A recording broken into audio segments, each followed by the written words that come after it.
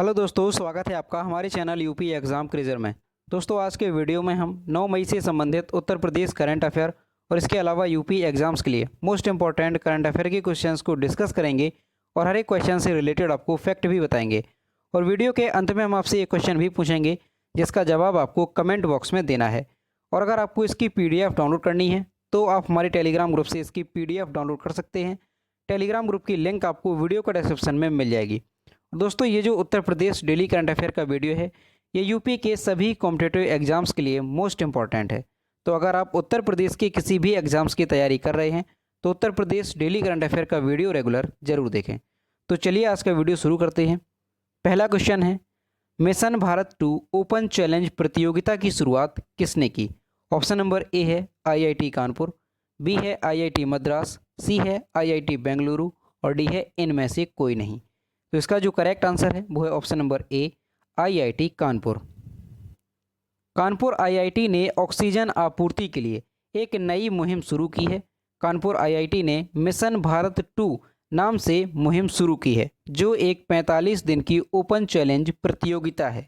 यह प्रतियोगिता oxygen concentrator और प्लांट को विकसित करने को लेकर है। इन्हें विकसित करने के लिए IIT की तरफ से उपाय मांगे गए हैं।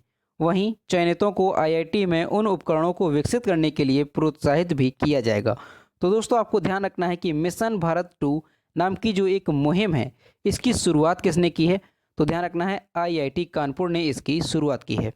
और दोस्तों, IIT कानपुर की स्थापना कब हुई थी? तो ध्यान रखना है 1959 में। कब? 1959 में IIT कानपुर की स्थापना हुई थी।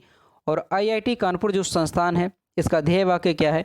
तो तमसो मा ज्योतिर्गमय, ये IIT कानपुर जो संस्थान है उसका ध्येय वाक्य है। और IIT का फुल फॉर्म क्या होता है? तो Indian institute of technology IIT का फुल फॉर्म होता है। अगला क्वेश्चन है, हाल ही में शूटर दादी के नाम से मशहूर चंद्रो तोमर का निधन हो गया। उनका संबंध उत्तर प्रदेश के किस जिले से है?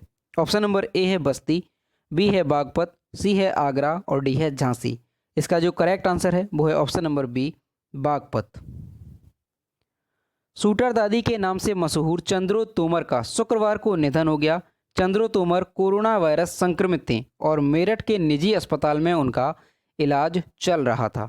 शूटर दादी चंद्रो तोमर उत्तर प्रदेश के बागपत जिले में गांव जोहड़ी की रहने वाली थी। चंद्रो तोमर ने 60 साल की उम्र में निशानेबाजी में अपना करियर बनाने की शुरुआत की थी। इसके बाद उन्होंने कई राष्ट्रीय प्रतियोगिताएं जीती। उन्हें विश्व की सबसे उम्रदराज निशानेबाज महिला के तौर पर जाना जाता था। और हाल ही में शूटर दादी जो चंद्रो तोमर थी उनके जीवन पर आधारित एक फिल्म आई थी और उस फिल्म का नाम क्या था? तो उस फिल्म का नाम था सांड की आंख। और दोस्तों, ये जो फिल्म थी सांड की आंख, इसके निर्देशक कौन थे? तो ध्यान रखना है तुषार हीरानंदानी इस फिल्म के निर्देशक थे। और दोस्तों, ये जो फिल्म थी सांड की आंख, तो इसमें जो शूटर दादी थी चंद्रो तोमर, इनकी भूमिका किसने निभाई थी? तो ध्यान रखना है कि अभिनेत्री भूमि पेडनेकर ने चंद्रो तोमर की भूमिका निभाई थी। और दोस्तों, जो चंद्रो तोमर हैं इनकी बहन हैं प्रकाशी तोमर, ये भी दुनिया की उम्रदराज महिला निशानेबाजों में शामिल हैं। जो प्रकाशी तोमर थी इनकी भूमिका निभाई थी तापसी पन्नू ने। ठीक है, जो अभिनेत्री हैं तापसी पन्नू, उन्होंने इनकी भूमिका निभाई थी। और अभी हाल ही में जो चंद्रो तोमर हैं उनका निधन हो गया है। और ये किस गांव की रहने वाली थी, किस जिले की थी? तो आपको ध्यान रखना है कि उत्तर प्रदेश के बागपत जिले में जो जोहड़ी गांव है उसकी ये रहने वाली थी। और यहाँ पर आप इमेज में देख सकते हैं, ये थी शूटर दादी चंद्रो तोमर जिनका हाल ही में निधन हो गया है। और यहाँ अभिलाषा पाटिल का निधन हुआ है, वह एक प्रसिद्ध क्या थी? ऑप्शन नंबर ए है नेता, बी है लेखक, सी है कवि और डी है अभिनेत्री। इसका जो करेक्ट आंसर है वो है ऑप्शन नंबर डी, अभिनेत्री। कोविड-19 के कारण प्रसिद्ध भारतीय अभिनेत्री अभिलाषा पाटिल का 47 वर्ष की आयु में निधन हुआ। अभिलाषा पाटिल ने गुड न्यूज़, बद्रीनाथ की दुल्हनिया और छिछोरे जैसी फिल्मों में अपना अभिनय योगदान दिया था। उन्होंने अपने बॉलीवुड करियर में मराठी फिल्मों में भी काम किया था, जिनकी अहम फिल्में ते 8 दिवस, बायको देता का बायको, प्रवास, पिप्सी और तुझ माज अरेंज मैरिज थी। अभिलाषा पाटिल वाराणसी में अपनी आगामी फिल्म की शूटिंग कर रही थी। हालांकि जब वह वहां से मुंबई अपने घर लौटी तो वह कोविड-19 की शिकार हो गई। तो दोस्तों आपको ध्यान रखना है कि प्रसिद्ध भारतीय अभिनेत्री अभिलाषा पाटिल का हाल ही में कोविड-19 के कारण निधन हो गया और इन्होंने कई फिल्मों में अपनी भूमिका निभाई थी, जैसे कि गुड न्यूज़ है, बद्रीनाथ की दुल्हनिया और छिछोरे जैसी फिल्मों में। और दोस्तों अभी हाल ही में जो अभिलाषा पाटिल हैं, इनकी जो आने वाली फिल्म थी उसके लिए ये वाराणसी में शूटिंग कर रही थी और जब ये वाराणसी से अपने घर मुंबई वापस लौटी तब उन्हें कोविड-19 की शिकार हो गई और फिर उनका निधन हो गया। और यहाँ पर आप इमेज में देख सकते हैं, ये थी अभिलाषा पाटिल जिनका हाल ही में निधन हो गया है। अगला क्वेश्चन है, हाल ही में जारी क्यूएस विश्वविद्यालय रैंकिंग में किस भारतीय संस्थान ने सबसे बेहतर रैंकिंग प्राप्त की है? ऑप्शन नंबर ए है आईआईटी दिल्ली, बी है आईआईटी बॉम्बे, सी है आईआईएससी बेंगलुरु और डी है आईआईटी मद्रास। इसका जो करेक्ट आंसर है वो है option number B, IIT Bombay. IIT Bombay ने क्यूएस विश्वविद्यालय रैंकिंग में भारतीय संस्थानों में शीर्ष स्थान प्राप्त किया है। वैश्विक स्तर पर इसकी रैंकिंग 172 है, जो साल 2020 की रैंकिंग की तुलना में 20 स्थान पीछे है। आईआईएससी बेंगलुरु भारतीय संस्थानों में दूसरे स्थान पर है, जिसकी वैश्विक रैंकिंग 185 है। आईआईटी दिल्ली 193 वैश्विक रैंकिंग के साथ भारत में तीसरा स्थान हासिल किया है। तो दोस्तों आपको अच्छे से ध्यान रखना है कि क्यूएस विश्वविद्यालय रैंकिंग 2021 की रिपोर्ट अभी जारी की गई, तो उसमें जो आईआईटी बॉम्बे है ये भारत में शीर्ष स्थान प्राप्त करने वाला संस्थान है। और दूसरे नंबर पर कौन सा रहा है, तो ध्यान रखना है आईआईएससी बेंगलुरु, और तीसरे नंबर पर रहा है आईआईटी दिल्ली। अगला क्वेश्चन है, किस राज्य ने पर्वत धारा योजना शुरू की? ऑप्शन नंबर ए है उड़ीसा, बी है राजस्थान, सी है हिमाचल प्रदेश और डी है बिहार। इसका जो करेक्ट आंसर है वो है option number C, Himachal Pradesh. Himachal Pradesh राज्य सरकार ने जल स्रोतों के संरक्षण के लिए पर्वत धारा योजना शुरुआत की। राज्य सरकार द्वारा यह योजना वन विभाग द्वारा 20 करोड़ रुपए व्यय कर वन क्षेत्रों में लागू की जा रही है, जिसे प्रदेश में लाहौल स्पीति एवं कन्नौज जिले में से शुरू किया गया है। इसका उद्देश्य प्राकृतिक जल संसाधनों के संरक्षण के प्रयास में जलाशयों का कायाकल्प और पुनर्भरण करना है। तो दोस्तों आपको ध्यान रखना है कि पर्वत धारा जो योजना है ये किस राज्य सरकार ने शुरू की है, तो हिमाचल प्रदेश राज्य सरकार ने इसे शुरू किया है। और इसका उद्देश्य क्या है, तो ध्यान रखना है कि इसका उद्देश्य प्राकृतिक जल संसाधनों के संरक्षण के प्रयास में जलाशयों का कायाकल्प और पुनर्भरण करना इस योजना का उद्देश्य है। अब दोस्तों इसे हिमाचल प्रदेश ने शुरू किया है, तो हिमाचल प्रदेश के बारे में जानते हैं। ये है मैप में हिमाचल प्रदेश। हिमाचल प्रदेश की कैपिटल है शिमला। हिमाचल प्रदेश के चीफ मिनिस्टर हैं जयराम ठाकुर और हिमाचल प्रदेश के गवर्नर हैं बंडारू दत्तात्रेय। अगला क्वेश्चन है, मैफ्लावर 400 दुनिया का पहला कृत्रिम बुद्धिमत्ता वाला जहाज है। इसका वजन लगभग कितना है? ऑप्शन नंबर ए है 5 टन, बी है 7 टन, सी है 9 टन और डी है 11 टन। इसका जो करेक्ट आंसर है वो है ऑप्शन नंबर सी, 9 टन। मैफ्लावर 400 दुनिया का पहला कृत्रिम बुद्धिमत्ता वाला जहाज है। जहाज 50 फीट ऊंचा और इसका वजन 9 टन है। साथ ही यह पूरी तरह से स्वायत्त जहाज है। यह सौर पैनलों से ढका है और अपनी पूरी यात्रा में समुद्री प्रदूषण का अध्ययन करेगा और पानी में मौजूद प्लास्टिक का विश्लेषण करेगा और जलीय स्तनधारियों पर नज़र रखेगा। इसे समुद्री अनुसंधान संगठन प्रोमारो ने आईबीएम के साथ मिलकर बनाया है। तो दोस्तों आपको ध्यान रखना है, ये क्वेश्चन भी मोस्ट इंपॉर्टेंट है कि जो मैफ्लावर 400 ये जहाज है ये दुनिया का पहला कृत्रिम बुद्धिमत्ता वाला जहाज है और इसका वजन कितना है, तो 9 टन लगभग इसका वजन है। और इसकी ऊंचाई कितनी है, तो 50 फीट ऊंचा ये जहाज है। और इसका निर्माण किसने किया है, तो ये भी ध्यान रखना है, तो समुद्री अनुसंधान संगठन प्रोमारो ने आईबीएम के साथ मिलकर इसका निर्माण किया है। और यहाँ पर आप इमेज में देख सकते हैं, ये है मैफ्लावर 400 जहाज। अगला क्वेश्चन है, किस राज्य में छछूंदर की नई प्रजाति खोजी गई है? ऑप्शन नंबर ए है कर्नाटक, बी है तमिलनाडु, सी है पुदुचेरी और डी है अंडमान और निकोबार।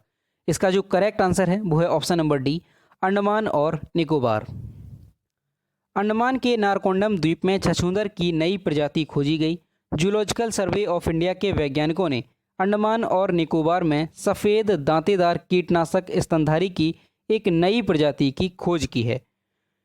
क्रोकीड्यूरा नारकोंडेमिका प्रजाति देश में पाई जाने वाले स्तनधारियों की सूची में एक नई प्रजाति है। छछूंदर छोटे और माउस जैसे स्तनधारी होते हैं और वे जंगलों में रहते हैं। और ये जो छछूंदर होती हैं, इनका जो आहार है वो कीड़े इनका प्राथमिक आहार होता है।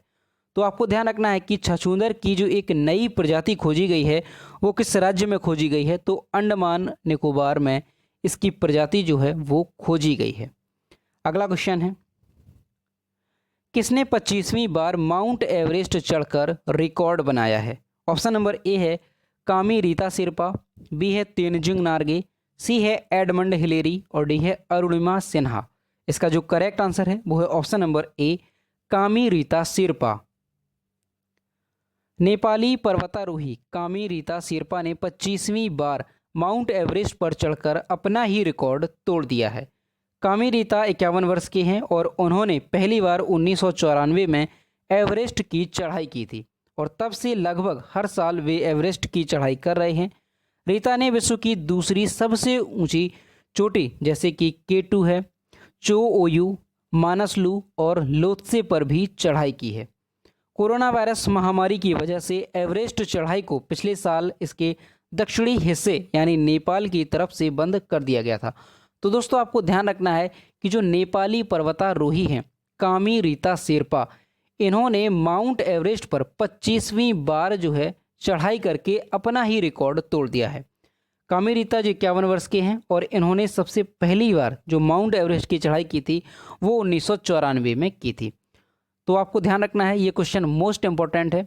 और यहाँ पर आप इमेज में देख सकते हैं, ये है नेपाली पर्वतारोही कामी रीता शेरपा। अगला क्वेश्चन है, किस राज्य सरकार ने हाल ही में ग्लाइफोसेट पर प्रतिबंध लगाने की बात कही है? ऑप्शन नंबर ए है उत्तराखंड, बी है झारखंड, सी है हरियाणा और डी है तेलंगाना। इसका जो करेक्ट आंसर है वो है option number D Telangana.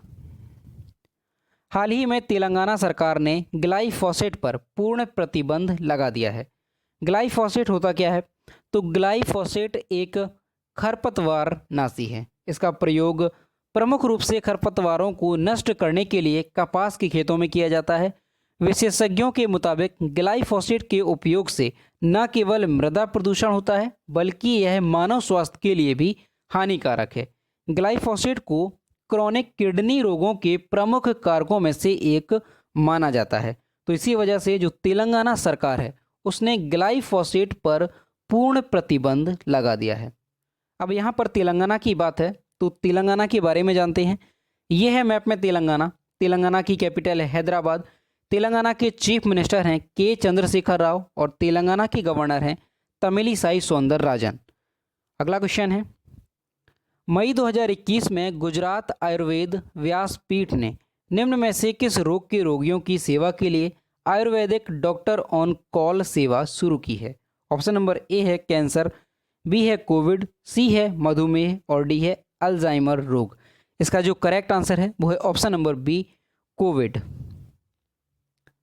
Ayurveda व्यासपीठ की गुजरात इकाई ने राज्य में कोविड रोगियों की सेवा के लिए आयुर्वेदिक डॉक्टर ऑन कॉल सेवा शुरू की है।